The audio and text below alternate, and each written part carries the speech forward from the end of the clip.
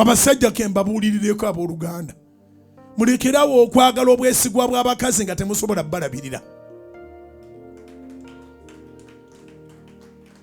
Kankiddemu ne bwe naamaliriza n'ekyo, mulekeraawo okwagala obwesigwa bw'abakazi nga temusobola kubalabirira, nga mwagala babeere beesigwa naye nga bwe boogera ku byetaago byabwe olwo bafuusa abasabiriza.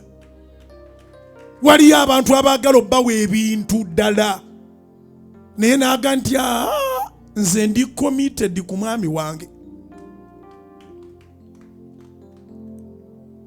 nga bakubuulidde abakazi bye bayitamu. Osobola n'okukyawa ensi eno yonna, kubanga era owe Kenya tagenda kukwana mukazi wo, mukwano gwo yagenda okukwana mukazi wo.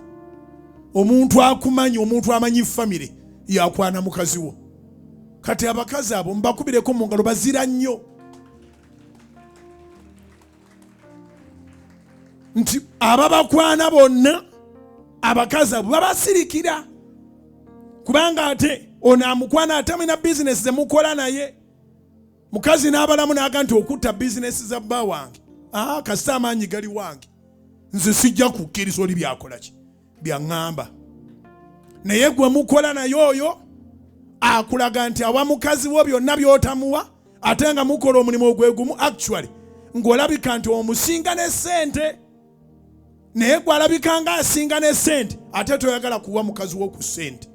Ate gw'okola naye amugamba, bwakkiriza byamugamba agenda muwa ssente ze yeetaaga, naye n'akwekuumira. So consider your wife.